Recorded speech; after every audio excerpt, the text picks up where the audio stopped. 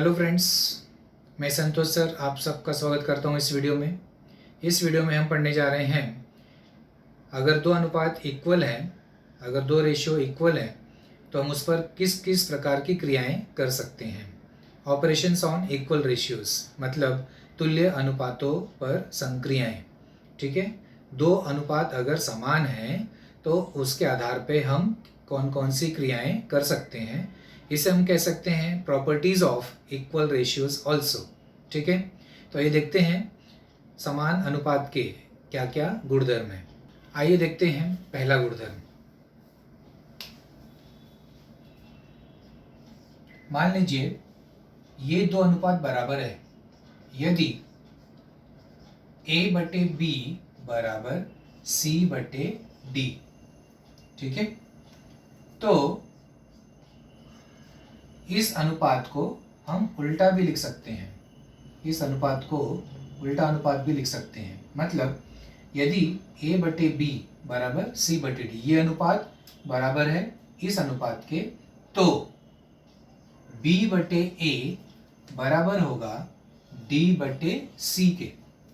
उल्टा कर दिया, A/B था, यहाँ पे क्या हो गया B/A बराबर होगा C/D था, यहाँ पे क्या हो गया D/C। इस गुणधर्म को हमने इसको उल्टा कर दिया, तो ये जो गुणधर्म है इस गुणधर्म को हम कहते हैं विपर्यस्थानुपात।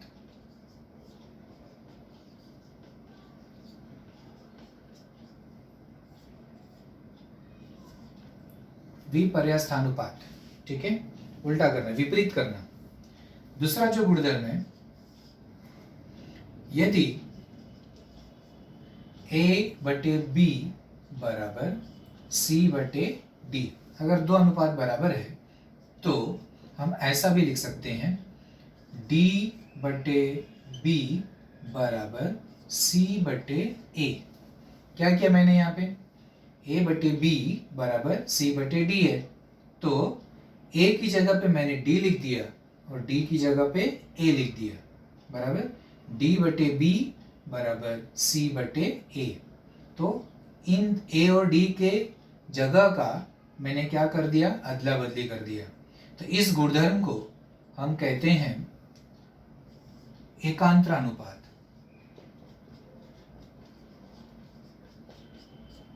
इंग्लिश में से कहते हैं अल्टरनेंडो। विपर्यस्थानुपात को क्या कहते हैं, इन्वर्टेंडो।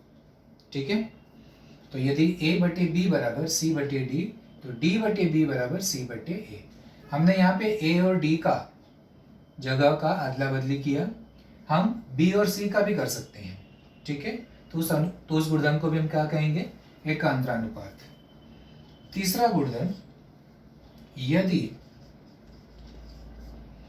A/B बराबर C/D तो A+B/B बराबर होता है C+D/D। ये दो अनुपात बराबर है तो अंश में हर जोड़ दिया, बटे हर वैसे ही लिखा, बराबर C/D/D। हमने क्या किया, अंश धन हर बटे हर बराबर अंश धन हर बटे हर, बराबर A/B था तो A+B/B बराबर C/D था तो C+D/D। तो इसमें अंश में हमने हर को जोड़ दिया। इस गुणधर्म को कहते हैं योगानुपात। योगानुपात। ठीक है, कॉम्पोनेंडो, इंग्लिश में से क्या कहते हैं, कॉम्पोनेंडो। ठीक है, तो ये गुणधर्म भी समझ में आया। इस जैसे अगर हम जोड़ सकते हैं तो घटा भी सकते हैं। ठीक है, उसे हम कहेंगे अंतरानुपात। तो चौथा गुणधर्म, यदि A/B बराबर C/D तो ऐसा भी हम लिख सकते हैं A-B/B बराबर C-D/D। इस गुणधर्म को हम क्या कहेंगे, अंतरानुपात। ओके, अंतरानुपात। ये योगानुपात है, योग यानी जोड़ना, अंतर यानी माइनस करना। ठीक है, इसके बाद पांचवा गुणधर्म, यदि ए बटे बी बराबर सी बटे डी। दो अनुपात अगर बराबर है तो हम ऐसा लिख सकते हैं ए प्लस बी बटे ए माइनस बी बराबर सी प्लस डी बटे सी माइनस डी। ऊपर जोड़ा और नीचे घटाया, अंश धन हर बटे अंश माइनस हर, बराबर। तो इस गुणधर्म को हम कहते हैं योगांतरानुपात। योगांतरा अनुपात, योगांतरा, योग और अंतर दोनों है, योगांतरा, ठीक है, योग भी है और अंतर भी है, समझ में आया। तो इस गुणधर्म को हम कहते हैं योगांतरानुपात। तो ये पांचों गुणधर्म का उपयोग हम लोग सवाल में किस प्रकार करेंगे वो हम देखेंगे, ठीक है। तो आइए अब सवाल हल करते हैं इस गुणधर्म के आधार पर। तो ये पांचों गुणधर्म आपको ध्यान में रहना चाहिए। ये जो भी पांचों गुणधर्म है बहुत इंपॉर्टेंट है। ये अगर आपको समझ में आ गया सवाल में किस प्रकार इसका उपयोग करते हैं तो सवाल आप आसानी से कर सकते हो। इसलिए पांचों गुणधर्म को अपनी कॉपी में 2 बार 3 बार 4 बार लिख लेना, ठीक है, समझ के। आइए अब सवाल करते हैं इस आधार पर। तो आइए देखते हैं किस प्रकार अनुपातों के गुणधर्म का उपयोग करके हम सवाल को हल करते हैं। जैसे ये सब सवाल दिया गया आपके सामने। यदि a बटे बी बराबर 7 बटे 3 तो ये अनुपात, ये अनुपात, ये अनुपात और ये अनुपात ज्ञात कीजिए, ठीक है। यदि a बटे बी बराबर 7 बटे 3, a बटे बी का मान दिया है, ये दो अनुपात बराबर है, इसका उपयोग करके बाकी सब अनुपात हमें ज्ञात करना है, ठीक है। तो आइए शुरू करते हैं पहले सवाल से। सबसे पहले हमें ये मान दिया है a बटे बी बराबर 7 बटे 3, ठीक है। तो हमें ये पहले हम ये याद करेंगे 5a प्लस 3b बटे 5a माइनस 3b। तो इसका मान अगर हमें ज्ञात करना है तो कैसे ज्ञात करना है उसका तरीका उसी में छुपा हुआ है, ठीक है। इसका मान हम कैसे ज्ञात करेंगे, उसका जो तरीका है ज्ञात करने का वो इसी सवाल में ही छुपा हुआ है। देखिए हम कैसे ज्ञात करते हैं। सबसे पहले तो हमने लिख लिया a बटे बी बराबर 7 बटे 3। ये लिखने के बाद अब जो हमें ज्ञात करना है उस पर ध्यान दो, ये हमें ज्ञात करना है, राइट। तो इसमें आप देख रहे हो कि a में कितने से गुणा किया है, 5 से। a में कितने से गुणा है, 5 से, बराबर। यहाँ पर भी a में 5 से गुणा है, तो a में 5 से गुणा है और b में कितने से गुणा है, 3 से, 3b, राइट। हमारे पास यहाँ पे क्या है, सिर्फ a बटे b। हमें चाहिए क्या, 5a और 3b। तो 5a और 3b चाहिए, मतलब a में 5 से गुणा करना पड़ेगा और b में 3 से गुणा करना पड़ेगा, यानी ऊपर 5 नीचे 3, यानी 5 बटे 3। तो अगर इस पक्ष में हम गुणा करेंगे तो राइट साइड में भी करना पड़ेगा, मतलब दोनों पक्षों में 5 बटे 3 से गुणा करना पड़ेगा। समझ में आ गई बात। कैसे ज्ञात किया मैंने, जो मुझे ज्ञात करना है उसी को मैंने देखा। a में 5 से गुणा है, b में 3 से गुणा है, तो a में 5 से गुणा करेंगे, b में 3 से गुणा करेंगे, 5 बटे 3 हो जाएगा। बाएं पक्ष में करेंगे तो दाएं पक्ष में भी करेंगे, मतलब दोनों पक्षों में 5 बटे 3 से गुणा करेंगे, ठीक है। समझ में आ गया क्या करेंगे, दोनों पक्षों में 5 बटे 3 से गुणा करेंगे। तो करो दोनों पक्षों में। तो हम यहाँ ये वाक्य लिख सकते हैं, दोनों पक्षों में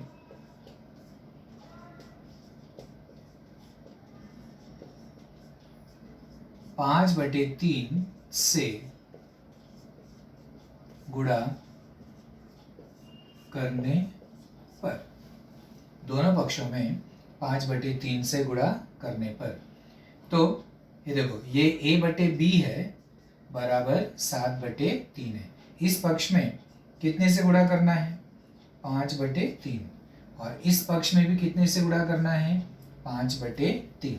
गुणा करने के बाद क्या मिलेगा, इधर 5 का गुणा a में होगा तो ये हो जाएगा 5a, और 3 का गुणा b में होगा तो ये क्या हो जाएगा 3b, और 7 का गुणा 5 में हो जाएगा तो 35, 3 का गुणा 3 में होगा तो 9। तो अब हमारे पास किसका मान आ गया, 5a बटे 3b बराबर 35/9। करेक्ट, इसका मान आ गया। अब इसके बाद फिर से जो हमें ज्ञात करना है वहां देखो, 5a और 3b हमको मिल गया, 5a और 3b। अब इसका क्या करना है, इसके आगे क्या करना है, 5a और 3b को क्या किया गया है, जोड़ा गया है, और 5a और 3b को यहाँ नीचे क्या किया गया है, माइनस। जोड़ा भी गया है और माइनस भी किया गया है। तो जब हम गुणधर्म, जो हमने गुणधर्म पढ़ा है उसको ध्यान में लेकर आओ, योग भी है और अंतर भी है। तो जब दोनों एक ही इसमें है तो उसे हम कौन सा गुणधर्म कहते हैं, योगांतरानुपात। मतलब हमें इसके आगे क्या लगाना है, योगांतरानुपात। ठीक है, समझ में आया, क्योंकि यहाँ पे योग है और अंतर है। तो इसके बाद हम किस गुणधर्म का उपयोग करेंगे इस अनुपात में, योगांतरानुपात का। तो यहाँ पर हम लिखेंगे योगांतरानुपात द्वारा। ठीक है, योगांतरानुपात द्वारा। तो योगांतरानुपात में क्या होता है, अंश और हर को जोड़ते हैं ऊपर, और नीचे क्या करते हैं, अंश और हर को माइनस करते हैं। तो ये क्या बन जाएगा फिर, 5a प्लस 3b अंश धन हर बटे 5a माइनस 3b।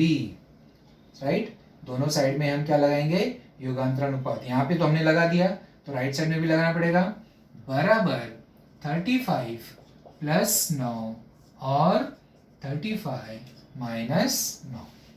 लगा दिया हमने गुणधर्म। ये अनुपात था हमारे पास, इसमें हमने क्या लगाया, योगांतरानुपात। ऊपर जोड़ा और नीचे घटाया, तो 35 धन 9 बटे 35 माइनस 9।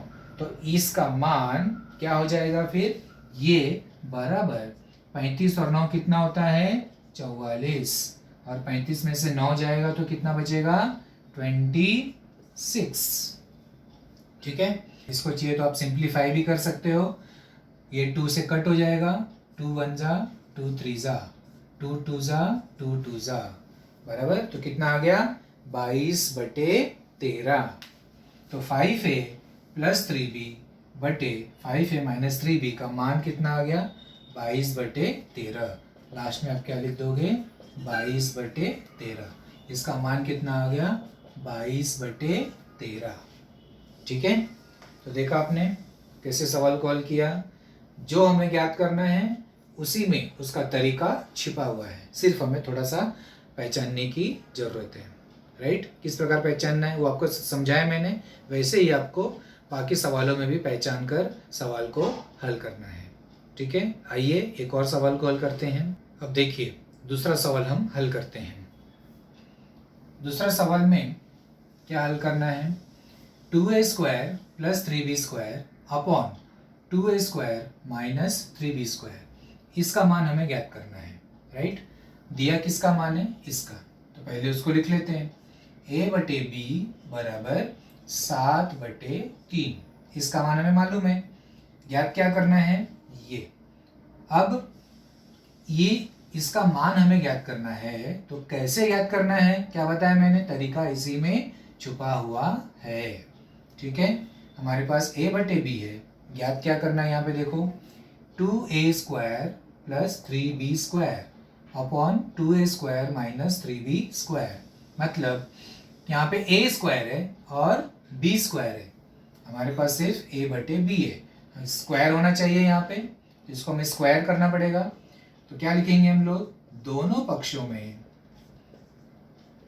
या दोनों पक्षों का वर्ग करने पर, स्क्वायर करेंगे दोनों साइड में, a बटे b का स्क्वायर करेंगे तो a square upon b square equal to, इसका स्क्वायर करेंगे तो 7 स्क्वायर अपॉन 3 स्क्वायर। स्क्वायर कर दिया तो क्या मिलेगा, a square upon b square बराबर 7 का स्क्वायर कितना होता है 49, 3 का स्क्वायर कितना होता है 9। तो a स्क्वायर बटे b स्क्वायर। अब उसके बाद देखो फिर से यहाँ पे देखो, a स्क्वायर b स्क्वायर मिल गया। अब a स्क्वायर में 2 से गुणा है और b स्क्वायर में 3 से गुणा है। राइट, तो यहाँ पर a स्क्वायर में 2 से गुणा करेंगे और b स्क्वायर में 3 से गुणा करेंगे तो 2/3 होगा, मतलब दोनों पक्षों में 2/3 से गुणा करने पर। ओके, इसके बाद हम क्या वाक्य लिखेंगे, दोनों पक्षों में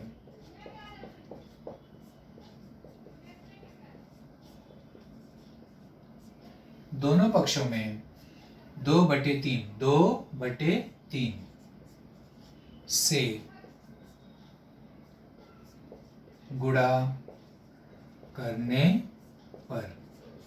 ठीक है, तो यहां पर दोनों पक्षों में करो, a स्क्वायर बटे बी स्क्वायर है, a स्क्वायर बटे बी स्क्वायर, और क्या है 49/9, 49/9 गुणा किससे करना है, 2/3, 2/3। यहां पर भी गुणा किससे करना है, 2/3।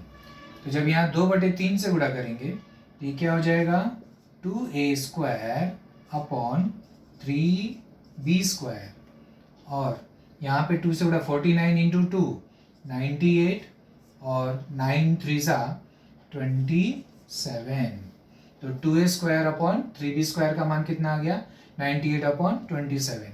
तो ये मिल गया हमको। इसके बाद क्या करना है, 2a स्क्वायर और 3b स्क्वायर को जोड़ा गया है और घटाया गया है, तो यहाँ पे योग और अंतर यानी योगांतरानुपात फिर से हमें यहाँ पे लगाना है।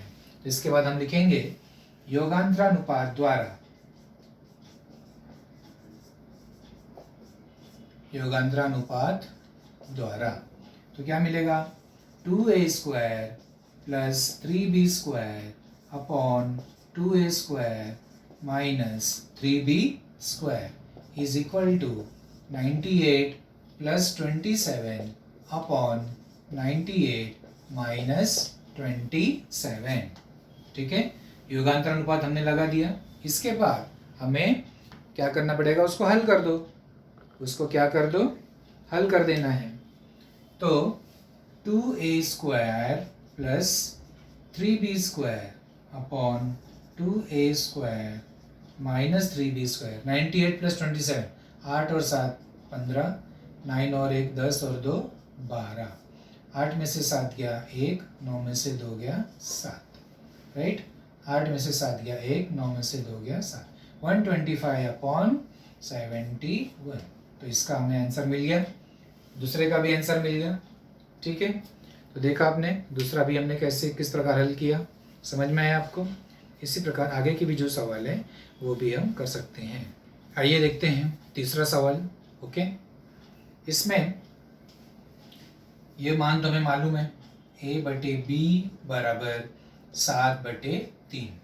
याद क्या करना है, a³ माइनस b³ बटे b³। ठीक है, आसान है एकदम, राइट, a के घाते 3 माइनस b के घाते 3, a का घन है और b का घन है, मतलब इसका हमें घन करना पड़ेगा। तो क्या लिखेंगे, दोनों पक्षों का घन करने पर।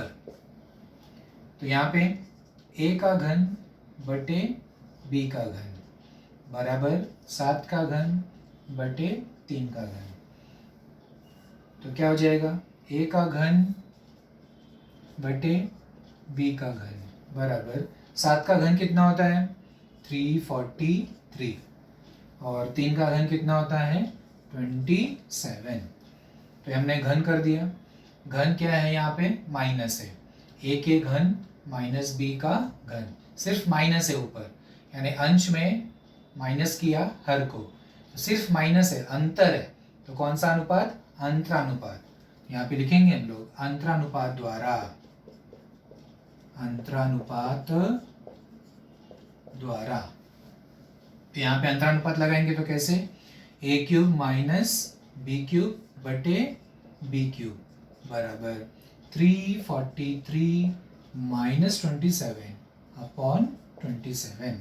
अंतरानुपात लगा दिया तो आंसर क्या मिलेगा हमको, a³ माइनस b³ बटे b³ बराबर 343 माइनस 13 माइनस 7 6, 3 माइनस 2 1, ओके, और ये 3 अपॉन 27। ये हो गया हमारा आंसर। a³ माइनस b³ बटे b³ बराबर 316/27। ये भी आसान था एकदम। ये जो फोर्थ है, फोर्थ पहले जैसा है, तो ये आप अपने से कर सकते हो। ठीक है, ये सवाल आपको अपने आप से करना है। समझ में है आपको? तो देखा आपने, हम अनुपातों का गुणधर्म का उपयोग करके किस प्रकार सवाल को हल करते हैं। आज के लिए इतना ही, बस करते हैं। Thank you.